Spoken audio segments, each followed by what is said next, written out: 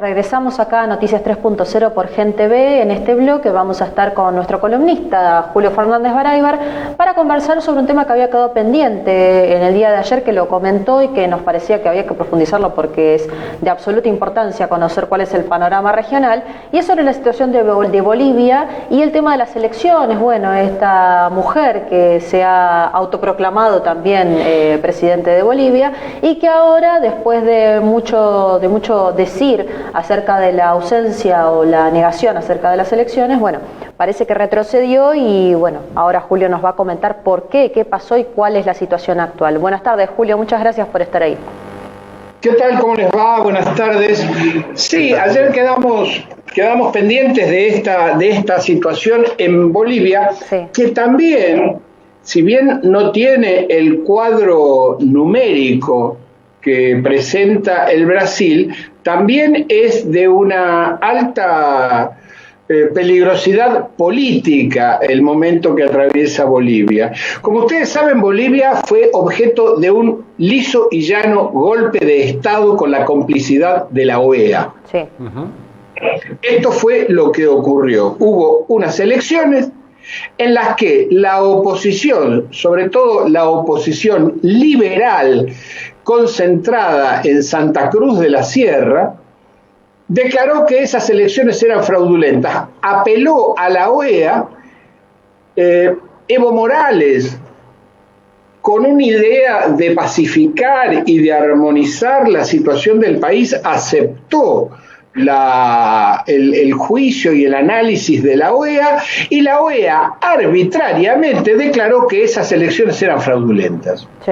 Digo arbitrariamente porque investigaciones posteriores con los mismos datos con que contaba la OEA en ese momento determinaron de manera clara que no había habido ningún elemento de fraude en las elecciones, que lo que había habido había sido un parate en el acceso de la información debido a la falta de comunicaciones y que en ningún momento se trastocaron los resultados electorales. Esto fue inclusive una investigación llevada adelante por una universidad norteamericana que tuvo también en el New York Times mucha repercusión.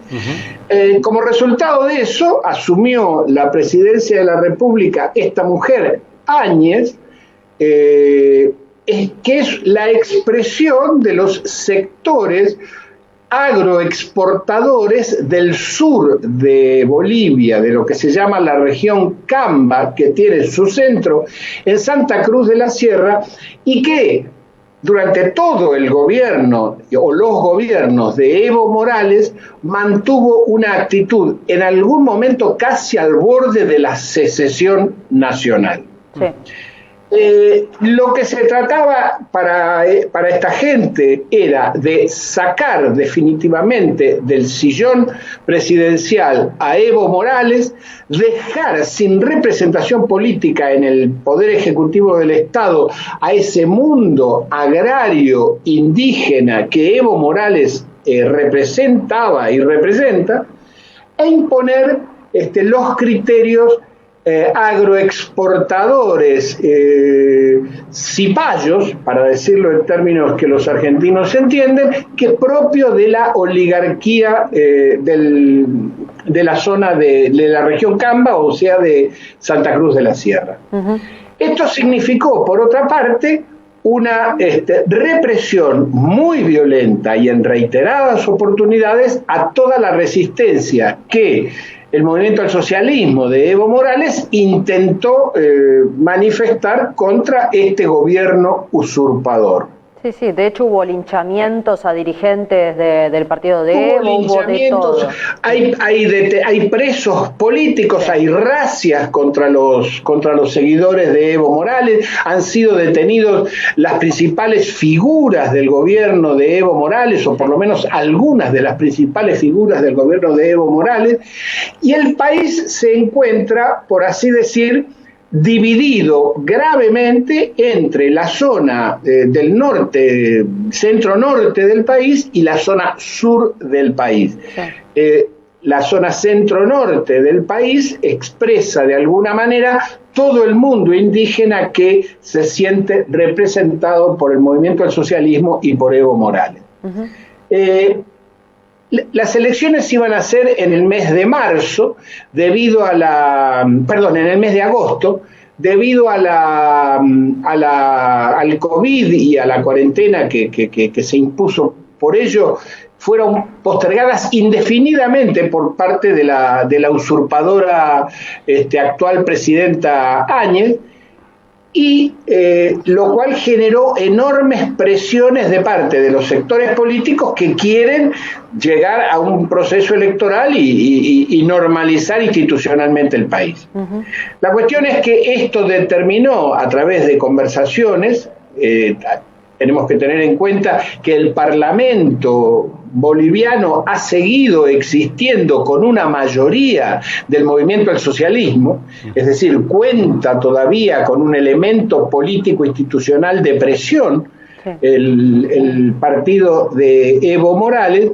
Se llegó, digo, al acuerdo de convocar a elecciones para el 6 de septiembre de este año. En una situación en donde todavía no está claro si los efectos de la pandemia y la presencia de este infernal bichito llamado COVID-19 todavía afecta o no afecta a la población boliviana. Claro. ¿Cuál es el problema? El problema es que el mundo antigubernamental, el que se opone al gobierno de Áñez, está sufriendo un duro embate por parte del Poder Ejecutivo Nacional, en donde se llega a situaciones donde no se presta de parte del Poder Central la colaboración necesaria para la lucha contra la epidemia o contra la pandemia. Esto ha significado permanentes enfrentamientos entre sectores que intentan colaborar con la zona, sobre todo de Cochabamba y del norte y centro del país, colaborar con envíos de remedios, con envíos sobre todo de equipamiento para el personal de salud pública para enfrentar la pandemia, y que son reprimidos y detenidos por parte del gobierno central a través de la policía. La policía es uno de los principales apoyos institucionales con que cuenta la dictadura de Áñez, claro. De la misma manera que las policías militares son, en cierta medida, el principal apoyo con el que cuenta Jair Bolsonaro en el Brasil. En ese sentido, ambos regímenes tienen graves similitudes. Exactamente. Sí. ¿Qué parecido, digamos, a esto que decís vos de la policía como un brazo, digamos, ejecutor contra los gobiernos populares, que fue, digamos, el artífice de esto, digamos, el comienzo de esto fue con Correa, ¿no?, en Ecuador? Bueno, en Ecuador hubo el primer intento que se conozca, por lo menos en la historia suramericana, de un golpe de Estado encabezado por la policía. Sí. Sí, y acá se vio en diciembre, durante el mandato de Cristina. De Cristina con la gendarmería. Exacta. En Córdoba no había sido la policía. En Córdoba había habido un conato con la policía, pero el grave enfrentamiento fue justamente con la gendarmería. Ahora recuerdo, empieza con el tema de la policía cordobesa, con un tema de sueldo, no sé cómo venía por ahí. Exactamente. Sí, exactamente. Pero esto siempre, nosotros nos olvidamos, ¿no?, de todo, pero cómo tenemos que empezar a mirar cómo funciona esta institución, ¿no?, dentro de nuestros países, porque al no estar los militares, digamos, sobre todo en Argentina, con un poder muy fuerte, digamos, o no tener una presencia como fue en otra época, como el partido militar, hoy aparece la policía, digamos, también terciando ahí, ¿no? Se ve. Sí, el tema, vos sabés cuál es el tema novedoso con respecto a la policía, que no existía en los años 60 y 70, es la penetración de las fuerzas policiales por parte de dos estados. Estados Unidos por un lado, a Israel por el otro. Claro. En los años 60 y 70, en el periodo de los golpes de Estado históricos de la Argentina, digamos, era la Escuela de las Américas en Panamá, la escuela militar, la que un poco influía sobre las cabezas de la alta oficialidad militar en América Latina. Eso de alguna manera, no es que desapareció, pero fue reemplazado por una presencia permanente a través de cursos, becas, digamos, expertos que visitan los países de las fuerzas policiales. Claro. Y el centro de los dos centros de ese tipo de penetración son Estados Unidos, a través de sus distintas agencias policiales, que tienen como 20, digamos, desde el FBI en adelante, y particularmente los cursos de capacitación que da el Estado de Israel. Claro. Bueno, que son los mismos que tuvo la María nuevo que vivimos en Sudamérica, la penetración extranjera de las fuerzas policiales. Sí, bueno, acá estuvo con Vidal y estuvo y en Capital también, que vinieron las fuerzas israelíes a entrenar exactamente, sobre todo antimotines o algo de esto, ¿no? Sí, de hecho también se compraron armas a Israel. Pero, digamos, así, también en el caso de las fuerzas militares, lo que se entrenaba era la lucha antisubversiva, la lucha antiguerrillera, etcétera, y era una manera de penetración ideológica de las Fuerzas Armadas. Claro. Eso ha sido parcialmente reemplazado por una penetración ideológica en las fuerzas policiales. Claro. Con el tema de la lucha contra las drogas y todo eso, le han dado a las fuerzas policiales, a las fuerzas de seguridad, una autonomía, un poder y una capacidad financiera y un despliegue, digamos, armamentístico, que se pone al servicio, en el caso de Brasil y en el caso de Bolivia es evidente, al servicio de gobiernos claramente liberales. Claro. Bien. Julio, una consulta, ¿se sabe quién es el candidato, digamos, del frente del movimiento del MAS? Sí, el candidato del MAS, que cuenta hoy ya con un apoyo del 33%, del electorado, es quien fuera el ministro de Economía de Evo Morales, Arce. Claro. Ese es el candidato casi natural y ya casi en campaña de parte del movimiento al socialismo. Sí. Digamos, es muy probable que la propia Áñez se presente a elecciones, pese a que en reiteradas oportunidades ha dicho que no iba a presentarse, y que los sectores liberales, mercado friendly, para usar una chantada que ahora está de moda, de Bolivia, vayan divididos, no vayan unidos, lo cual genera de alguna manera una situación de expectativa electoral que todavía no está definida. Buenísimo. Y Julio, una última pregunta. A partir de ayer, creo, si no me equivoco, el ejército argentino ha ido hacia la frontera con Bolivia justamente porque, bueno, debido a esto que comentabas, ¿no? Al tratamiento que ha tenido Áñez con respecto al coronavirus y a la crisis. Exacto, y bueno, hay una situación de fronteras que tenemos muy frágiles. Ahora está el ejército argentino ahí. ¿Eso de qué manera puede alterar todas estas relaciones institucionales? ¿Cómo lo ves eso?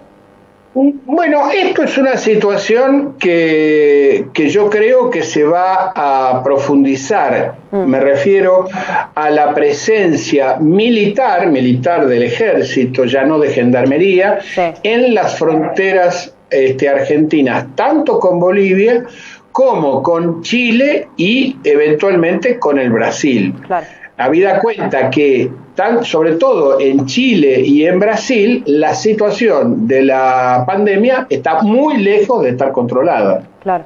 Más bien, para decirlo de otra manera, da la impresión que está descontrolada. Claro.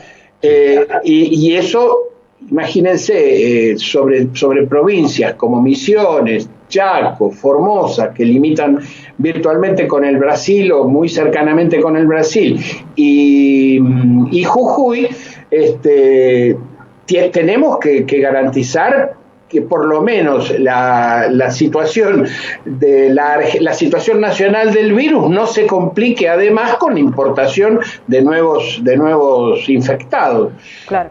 Yo creo que eso en el caso de Bolivia no va a generar ninguna situación particularmente grave, cosa que no me animo a decir lo mismo y con tanta seguridad con respecto al Brasil. No, claro. Insisto, la situación del Brasil sigue siendo para nosotros muy preocupante desde el punto de vista, yo diría, diplomático. Es decir, tenemos que tener un especial cuidado con nuestras relaciones con el Brasil.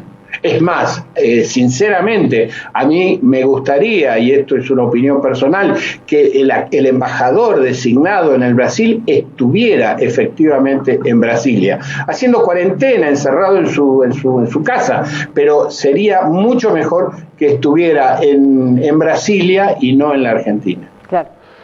Y bueno, panorama complejo. Mañana les voy a contar algo que es que de lo cual se sabe muy poco y por ahí va a ser interesante compartirlo con ustedes, que es ese enfrentamiento que ha habido a 4.000 metros de altura en el Himalaya entre la India y China.